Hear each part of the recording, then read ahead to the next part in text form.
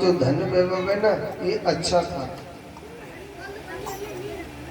तो एकादशी की बेटियों की शादी थी, तो एकादशी ने सबके लिए निमंत्रण दिया। द्वादशी थी, वो बेचारी गरीब थी।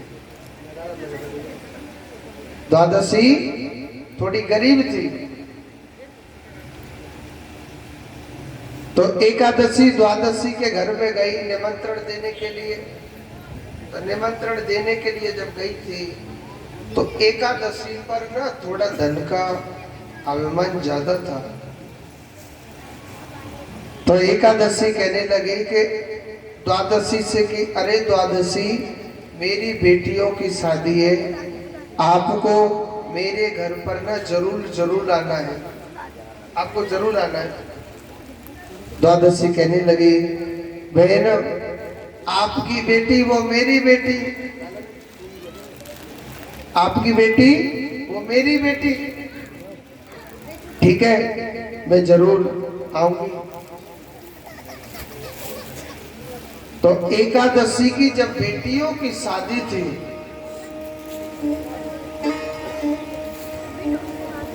तो द्वादशी गई थी वहां पर। द्वादशी जब वहां पर जाती है, अच्छी कहते हैं कि एक बहन बहन के घर में जाती है कि नहीं जाती, जब बेटियों की शादी है तो काम भी करवाना पड़ेगा। तो द्वादशी बेचारी खूब काम करती है उसके घर पर। तो एकादशी अभिमान में आकर के कहने लगे कि बहन देख द्वादशी तेरे पास क्या है, कुछ नहीं है, और मेरे पास धन वैभव की कोई कमी नहीं है। मेरे पास कितने देवता लोग आते हैं, मेरे पास कितने बड़े बड़े अमीर जीव आते हैं, अमीर मनुष्य आते हैं, मगर द्वादशी तेरे पास कुछ नहीं है। द्वादशी कहने लगी बहन कोई बात नहीं है, सब भगवान की इच्छा है। अच्छा सुनो, द्वादशी जब एकादशी के घर पे काम करने लग रही तो द्वादशी के बच्चे को बड़ी जोर से भूख लगी थी। बच्चा कहने लगा भैया, अरे ओ भैया, भैया मुझे बड़ी जोर से भूख लग रही है, भैया मेरे लिए कुछ दो ना खाने के लिए। भैया आप मेरी काजी कछु खाने काजी दे दो ना।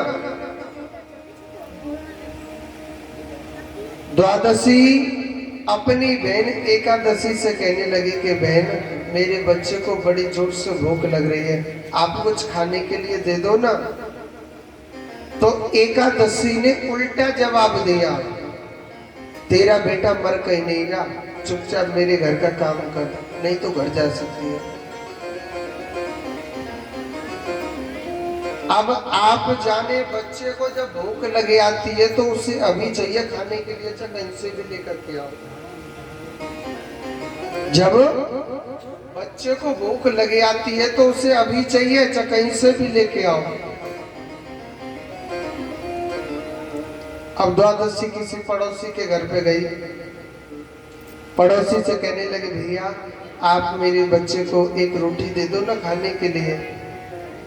पड़ोसी ने थोड़ा टेढ़ा जवाब दिया द्वादशी को कि आपकी बहन के घर में इतना बड़ा फंक्शन चलने लग रहा है, इतनी बड़ी शादी हो रही है, आपकी क्या इज्जत नहीं करी खाने की।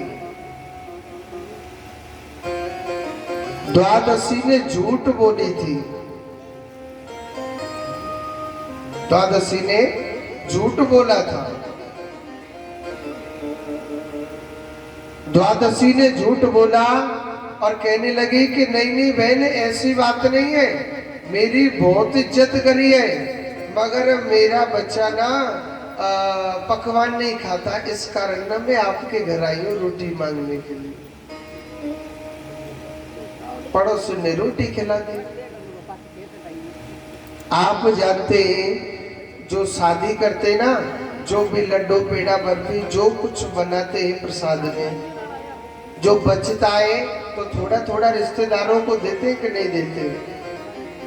आप वो कहते हैं ना वो लामना कहते क्या, लावड़ो। हमारे यहाँ वृंदावन में पत्तल देना कहते हैं। इससे पेट किसी का नहीं भरता है।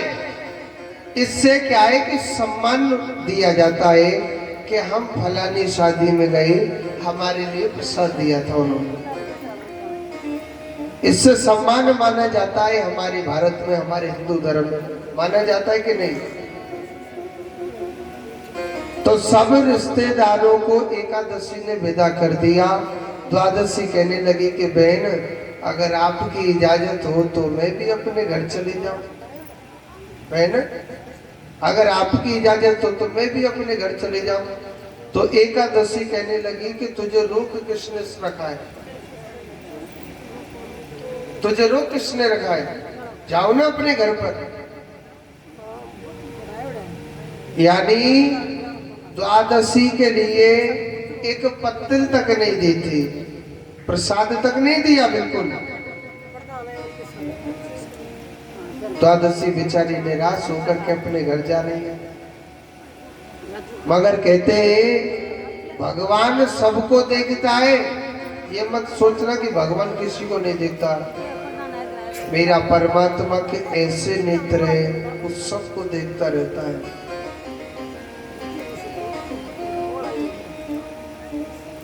भगवान विष्णु ने क्या किया? एक साधु का रूप बना के बैठे हुए थे विष्णु भगवान। मेरा मुरली वाला सब कुछ देखता है। भगवान ने क्या किया? एक संत के रूप में बैठे। द्वादशी मैया उदास होकर के सीधी जा रही थी। भगवान कहने लगे, अरे ओ मैया, मैया, अरे ओ मैया। मैया अपनी बहन की बेटियों की शादी में से आ रही है। मैया मोको कछु लड्डू पेड़ा खावे को लाई है क्या? अब द्वादशी कैसे बोले कि बाबा मेरा तो अपमान करके भेज दिया, मुझे कुछ नहीं दिया। मगर द्वादशी ने झूठ का सहारा लिया भगवान के सामने भी।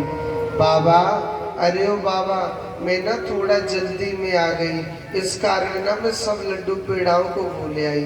बाबा अब के मांगूंगी ना तुम्हारे लिए ना जरूर जरूर लेकर के आऊंगी। बाबा मैं तुम्हारे लिए जरूर लेके आऊंगी। मगर विष्णु भगवान तो घट घट वासी हैं, उन्हें क्या नहीं पता, वो क्या नहीं जानते, भगवान सब कुछ जानते हैं। भगवान कहने लगे, मैया तेने तो हमारे काजी कछु ना दियो, पर मैया मैं तेरे काजी कछु ना कछु दे रहा हूं। तो विष्णु भगवान ने कहा करो, वहां पर जो माटी थी, मिट्टी के 2 लड्डू बना के दे दिए थे माटी की। मैया ले मैं तेरे लिए यही प्रसाद दे रहा हूं, माटी के लड्डू ले जा। तो द्वादशी ने पता है क्या किया? अपने बैग में 2 माटी के लड्डू रख करके संत प्रसाद समझ के ले आए। द्वादशी का पति आया खेतों से काम करके। द्वादशी का पति कहने लगा, तेरी बहन ने कुछ दिया है क्या खाने के लिए, कि वैसे ही भगा दिया? अब द्वादशी बेचारी क्या बताए? द्वादशी बेचारी क्या जवाब देवे? वो कहने लगी, अपने आप देख लो के बारे खोल भाई। जब उनको बैग खाली दिखेगा वो समझ जाएगी।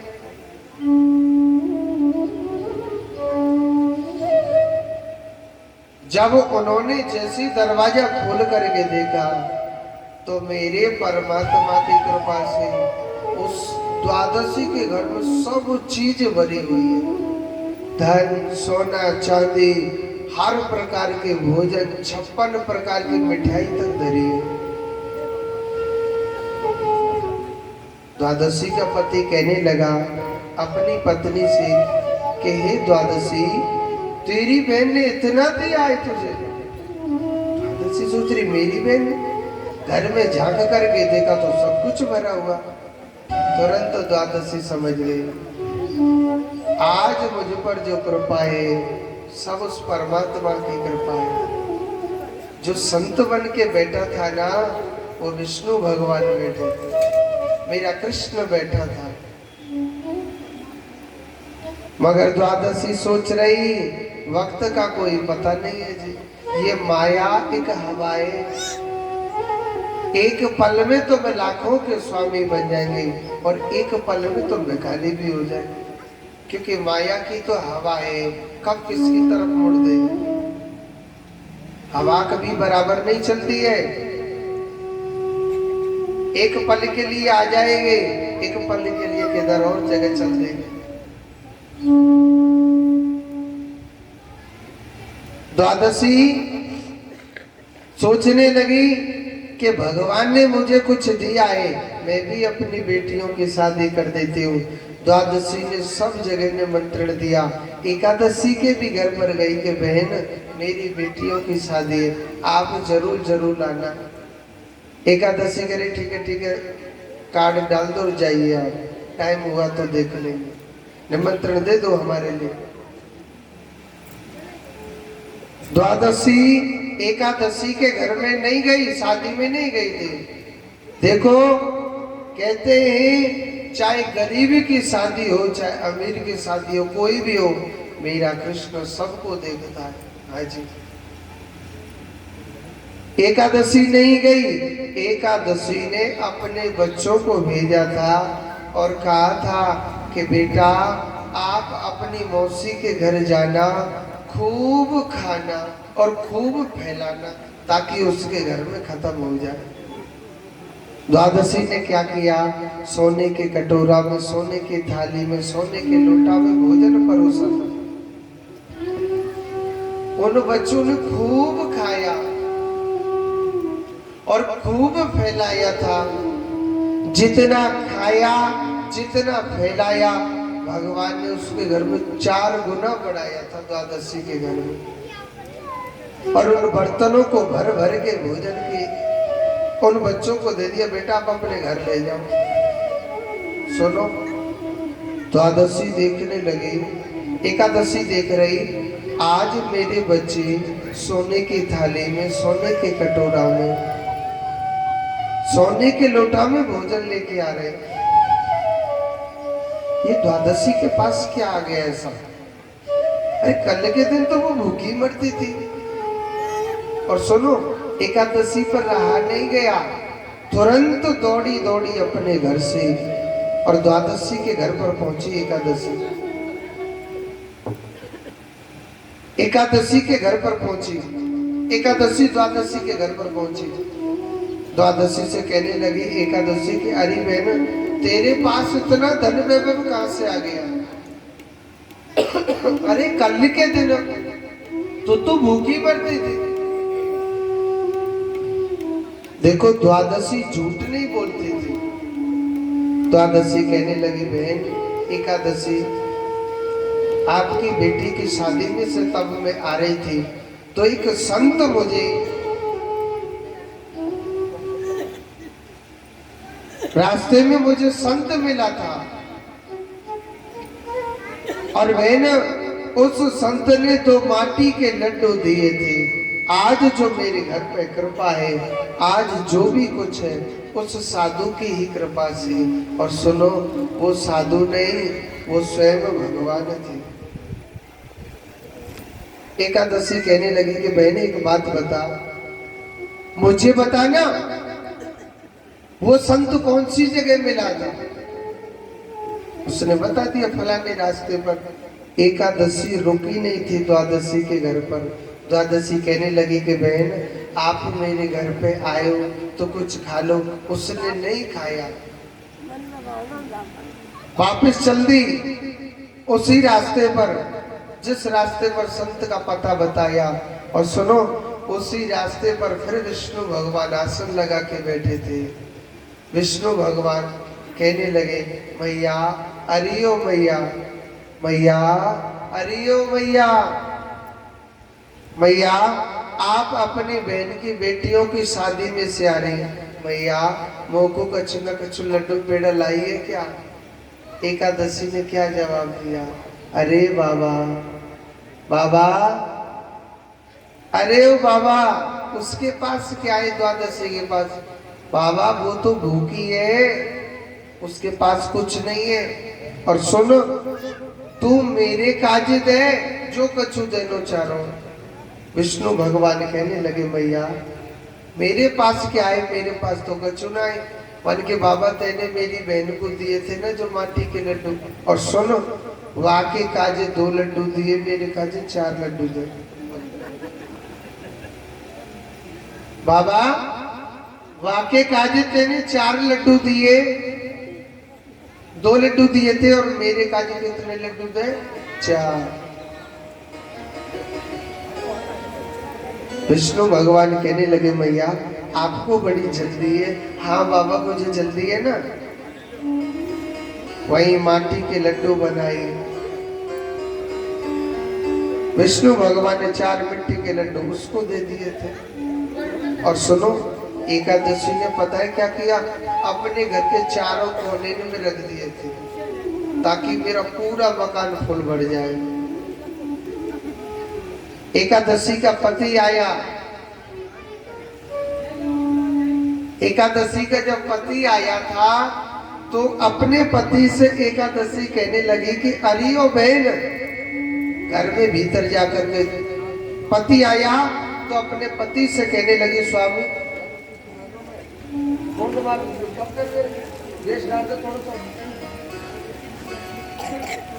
एकादशी का जब पति आया तो एकादशी कहने लगी अपने पति से कि स्वामी आप घर में देखो ना, हमारा घर पूरा भरा हुआ है, आप दरवाजा खोल के देखो। सुनो जब दरवाजा खोल करके देखा तो वास्तव में वो मकान पूरा भरा हुआ था। और पूरा पता है किससे भरा हुआ था? वो माटी से भरा हुआ था। उनका मकान माटी से भरा हुआ था। मकान जब उनका देखा था माटी से भरा हुआ है। एकादशी 1 परात मिट्टी निकाले 2 परात भर जाती है, 2 परात मिट्टी निकाले तो 4 परात भर जाती है। उस एकादशी को पूरा दिन हो गया माटी निकालते निकालते, मगर मिट्टी खत्म होने में नहीं आ रही थी।